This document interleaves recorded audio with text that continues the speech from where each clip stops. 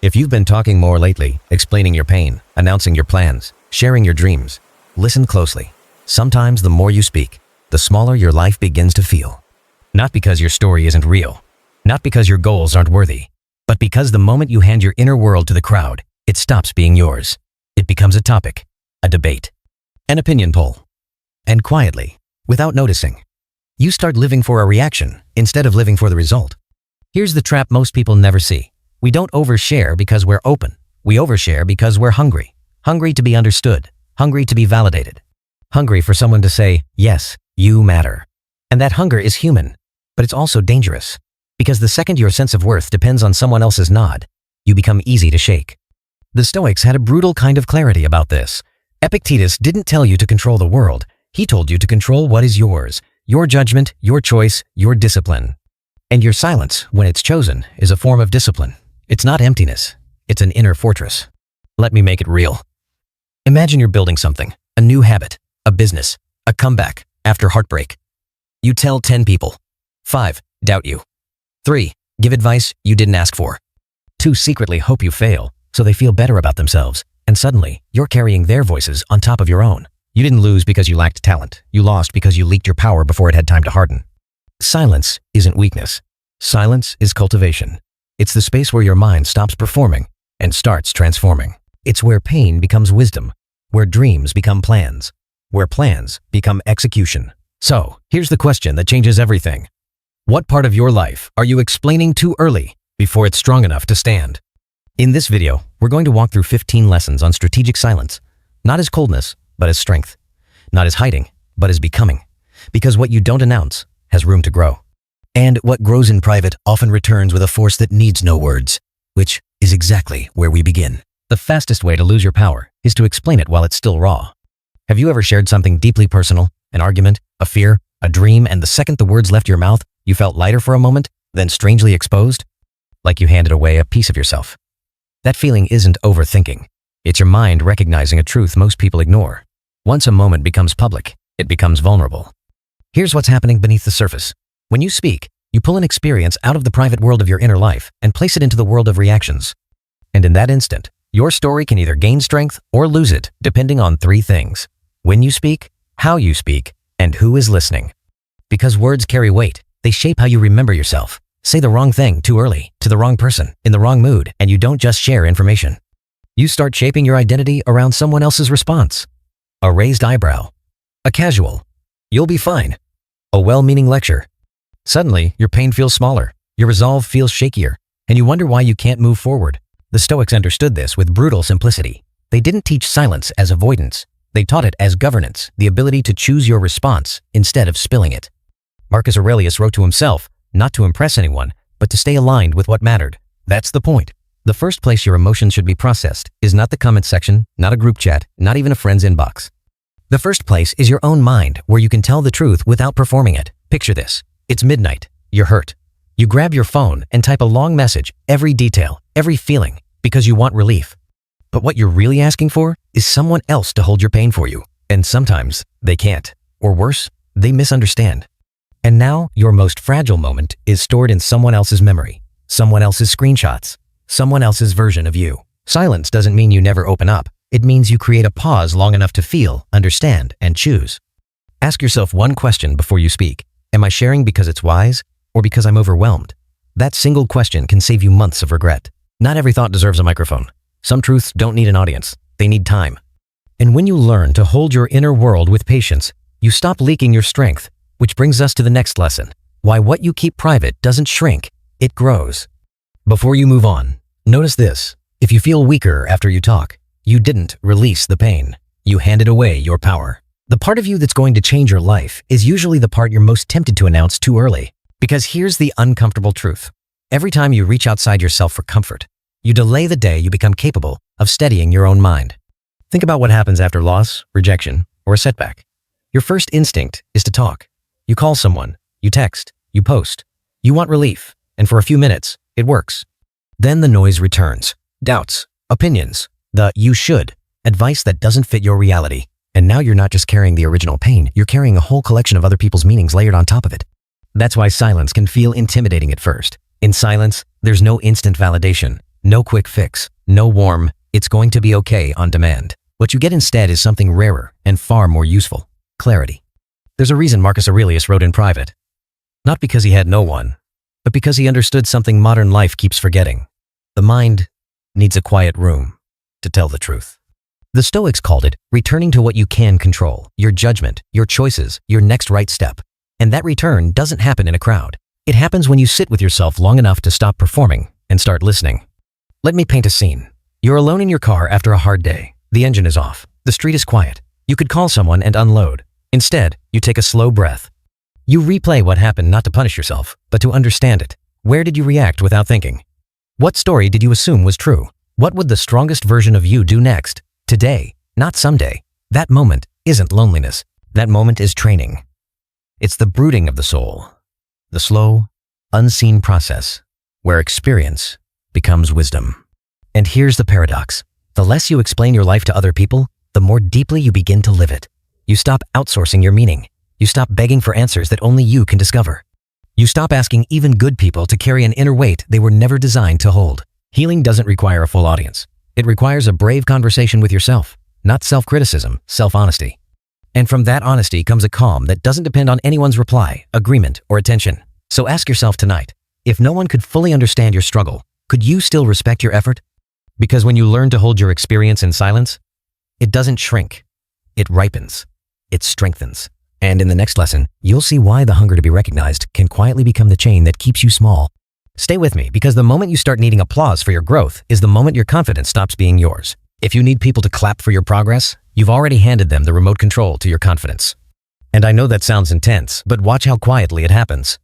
You start a new habit, a new goal, a new chapter. Before it even takes root, you feel an itch to tell someone. Not to inform them, just to feel seen. To hear, "I'm proud of you." To get that quick hit of approval that makes your effort feel real. That's not bad. It's human. But it's also one of the most common ways people derail themselves. Because the moment your motivation depends on recognition, you're no longer building a life. You're maintaining an image. And images are fragile. They require upkeep, updates, proof, explanation. And when someone doesn't respond the way you hoped, silence, indifference, a skeptical look, you don't just feel disappointed. You feel rattled, like your identity is under attack. This is where psychology and Stoicism meet. In modern terms, it's external validation. In Stoic terms, it's giving away something that belongs to you, your judgment of your own worth. Epictetus would call that a mistake of ownership. You're treating other people's opinions like they're yours to control, but you can't. And the harder you chase their approval, the more anxious you become. Because deep down, you know you're chasing something unstable. Jung had a name for the hidden engine behind that hunger. The shadow. Not a monster, just the unseen insecurity that whispers, if they don't praise you, maybe you're nothing. When that insecurity takes the wheel, you start over-explaining, over-announcing, oversharing. You become predictable, easy to flatter, easy to push, easy to manipulate, because the key to your mood is sitting in someone else's hands. Let me show you a simple scene. A man decides, "I'm going to change." He posts it. He tells everyone at work. He becomes the guy transforming. 2 weeks later, he misses a day. Someone jokes. Someone smirks. And suddenly he feels embarrassed, not because he slipped, but because he slipped in public. So he quits to escape the spotlight he created. Now picture the opposite. Someone changes quietly. No announcement, no speech, just consistency. The first time anyone notices, it's not because they were told, it's because the person has become different. That's inner strength. Moving forward even when no one is watching. No performance, no defense, no need to convince anyone, because the process is yours. And when you protect your process, you protect your power. So ask yourself, are you sharing your journey to connect or to be approved? Because the people who truly understand don't need constant updates. And the next lesson will show why talking too much doesn't just weaken your plans, it drains your energy at the deepest level. Keep watching, because there's a hidden cost to all that explaining, and once you see it, you'll stop paying it. Every time you retell your pain to the wrong audience, you pay for it twice, once when it happened, and again when you describe it. And that second payment is the one most people don't notice until they feel empty. You've felt it. You talk about the same issue for the 10th time. Same details, same frustration. You hang up the phone expecting relief, but instead you feel drained, like something inside you has been rubbed raw. That's not weakness. That's emotional fatigue. Because words aren't free. They cost attention, energy, and nervous system fuel. Here's what's really happening. When you speak about a wound that hasn't been processed, your body doesn't treat it like a story. It treats it like an event. Your chest tightens. your breathing shifts. Your mind replays the scene. And without noticing, you trigger the same stress loop again and again. It's like picking at a scab, hoping it will heal faster when all it does is reopen. This is where Stoicism offers a calmer, kinder approach. The Stoics weren't teaching people to become cold or to swallow their feelings. They were teaching timing, the ability to choose the right moment, the right person, and the right purpose. Seneca warned about pouring yourself out in ways that leave you empty. Not because sharing is wrong, but because careless sharing turns healing into a performance, an endless retelling that keeps you stuck in the same identity, the one who is still hurt. Let me show you the difference with a simple scene. Two people go through the same heartbreak. The first person tells everyone immediately, every message, every detail, every betrayal. They receive sympathy, but they also receive constant reminders. Every conversation becomes a reenactment. The pain stays fresh because it's being rehearsed. The second person chooses a quieter path. They pick one safe person, or they write it down, or they take a long walk and let the thoughts settle without broadcasting them. They don't deny what happened. They just refuse to keep reopening it for entertainment, for validation, or for 5 minutes of relief that disappears by sunrise. And slowly, something changes. The wound stops being a daily headline and becomes a lesson. That's the principle. Wise speaking heals. Habitual speaking tires. Wisdom isn't silence all the time. Wisdom is speaking with intention, right time, right person, right purpose. Ask yourself before you share, is this conversation moving me forward or keeping me trapped in the same loop? Because not every wound needs a microphone. Some wounds need a hand on the heart, a deep breath, and the courage to let time do its work. And when you stop spending your energy on endless explanation, you create space for something even more powerful. Boundaries, choosing who truly deserves access to your inner world, which is exactly what we'll talk about next. And don't underestimate this. Who you share with can either help you heal or quietly keep you bleeding. Not everyone who asks, "How are you?" deserves the real answer, because some people don't come close to understand you. They come close to collect you, your weak moments, your doubts, your dreams, like information they can store, compare, or repeat later. And if you've ever opened up to the wrong person, you know that sharp realization. You didn't just share a story, you handed over a key. Here's a lesson most adults learn the hard way. Your soul protects itself through boundaries, and one of the most important boundaries isn't physical, it's emotional. It's deciding who gets access to your inner world, especially when you're still healing, still figuring things out, still becoming. We want to believe that if someone listens, they care. But listening and respecting are not the same. Some people listen out of curiosity, not compassion. Some listen because they're bored. Some listen because your pain gives them a strange sense of control. And sometimes, the most vulnerable thing you say becomes a weapon later, not shouted, not dramatic, just quietly twisted, repeated, or used to define you in rooms you'll never enter. The Stoics would call this wisdom, knowing what belongs where. Marcus Aurelius didn't pour his private struggles into the marketplace. He wrote them in the quiet because he understood something modern life keeps forgetting. Privacy isn't secrecy. Privacy is dignity. It's the protection of what is still healing, what is still forming, what is still sacred. Let me give you a scene that's painfully common. You're going through something heavy. You finally trust someone enough to tell them. They nod. They seem kind. They say the right words. Then weeks later, you notice a shift. Small comments, subtle jokes, a detail that somehow shows up in someone else's mouth. And suddenly you feel foolish, not because you were honest, but because you were honest with someone who didn't hold your truth carefully. And once you overshare, it's like opening a door you can't fully close. Even if you stop talking, the room is already lit. People have already formed their version of you. That's why some wounds don't heal. They get reopened by the wrong audience. Here's the mindset shift that changes everything. You do not owe anyone an explanation of your life. Only you know what it cost to survive, what you survived. Only you know how heavy it was. And only you know what your dreams mean, because dreams are fragile before they become real. Tell them to the wrong person, and they can be laughed at, doubted, or quietly drained. So choose carefully. Share your heart with those who have proven they can hold it. Let your silence be selective, not cold. Because silence, in its highest form, is self-respect. And once you learn to guard your inner world, you'll notice something powerful. Your energy stops leaking.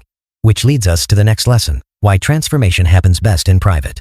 Stay with me, because the moment you stop giving everyone access is the moment your life finally starts to change in peace. The most powerful version of you is being built in a place where no one can applaud it. And that's exactly why it works. Real transformation doesn't happen on a stage. It happens in quiet rooms, early mornings, long walks, and private decisions that will never earn a like.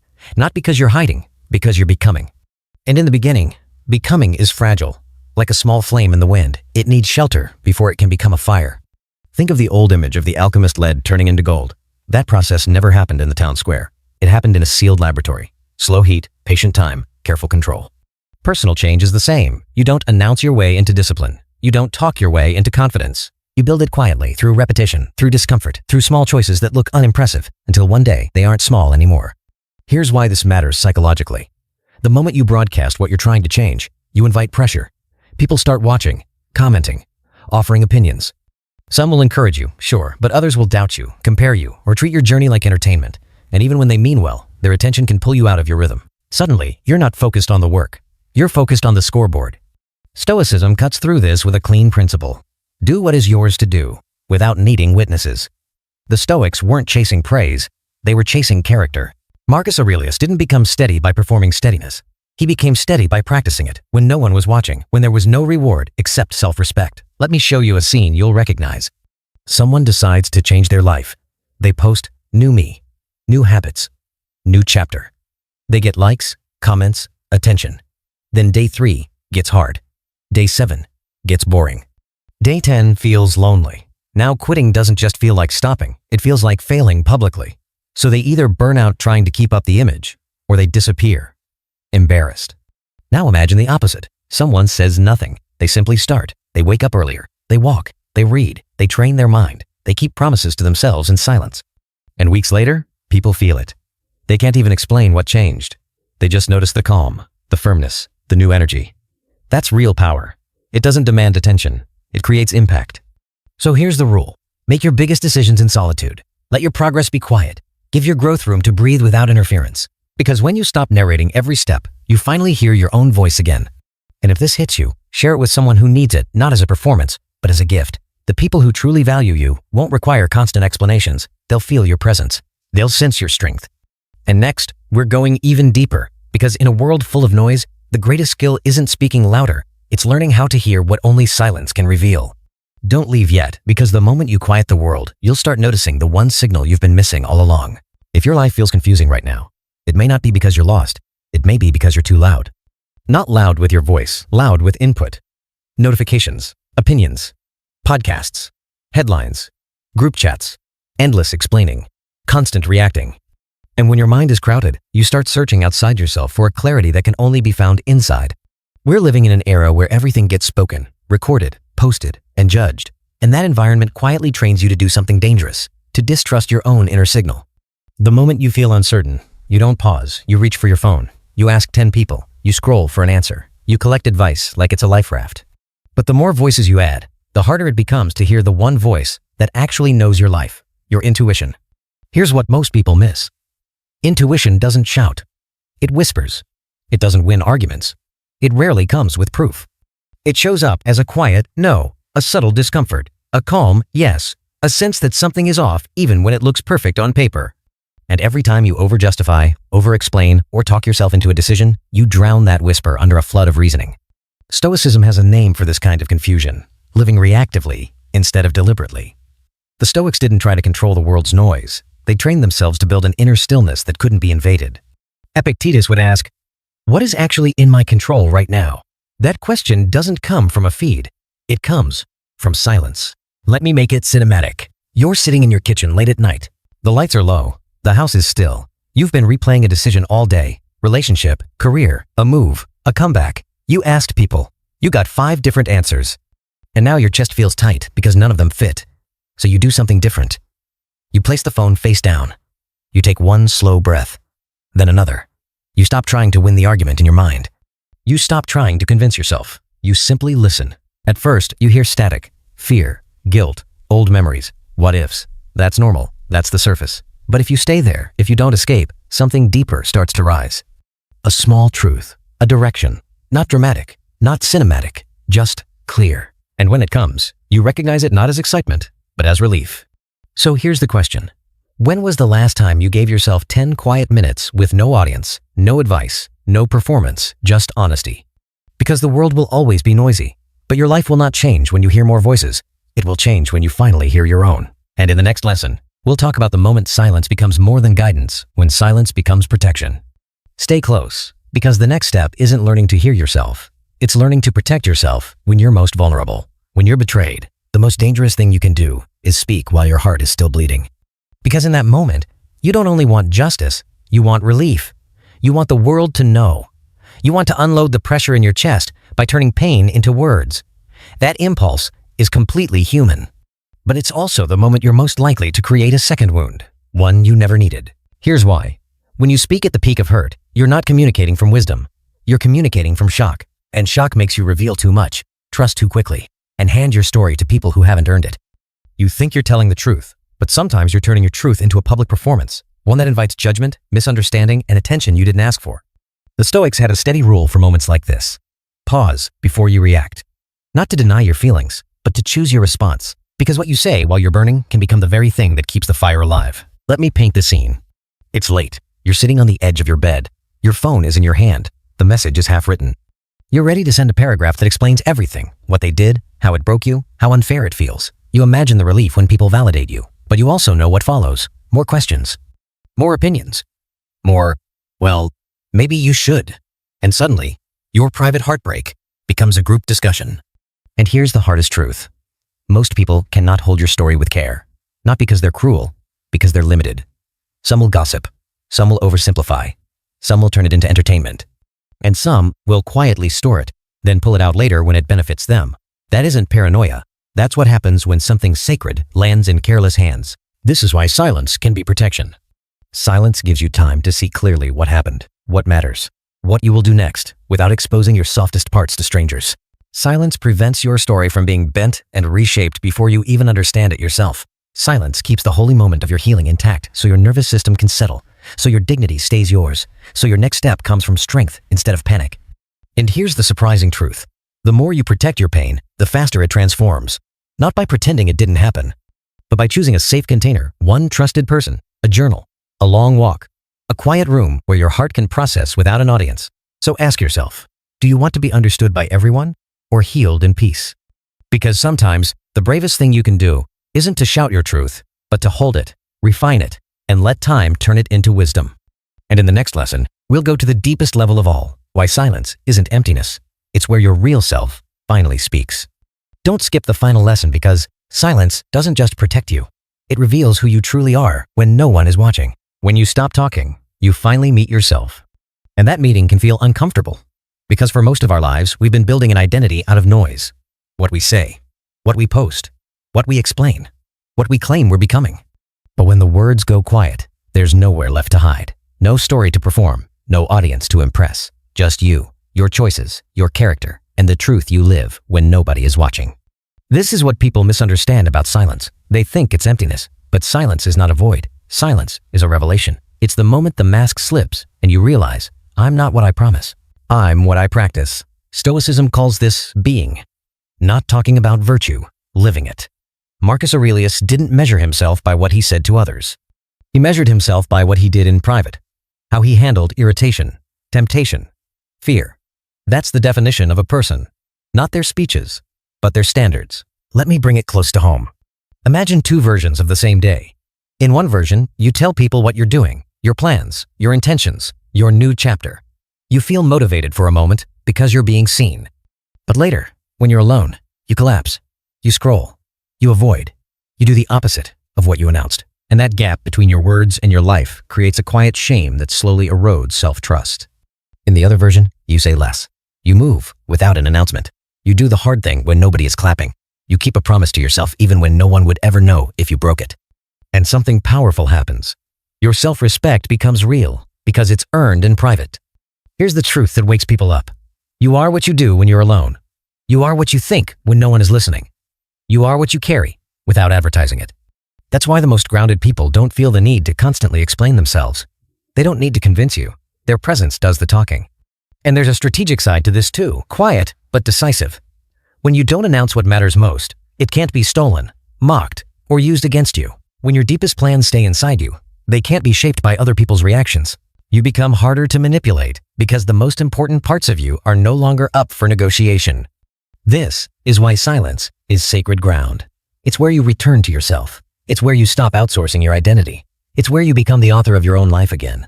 So here's the question I want you to sit with.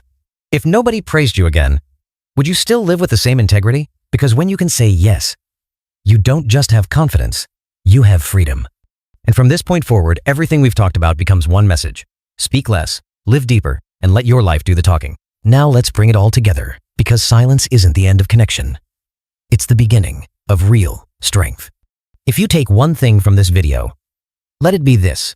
Silence isn't shutting down, it's coming home. Because saying less doesn't mean you become cold, distant, or afraid. It means you stop bleeding your inner life into places that can't hold it. It means you stop turning your healing into a conversation you have to win.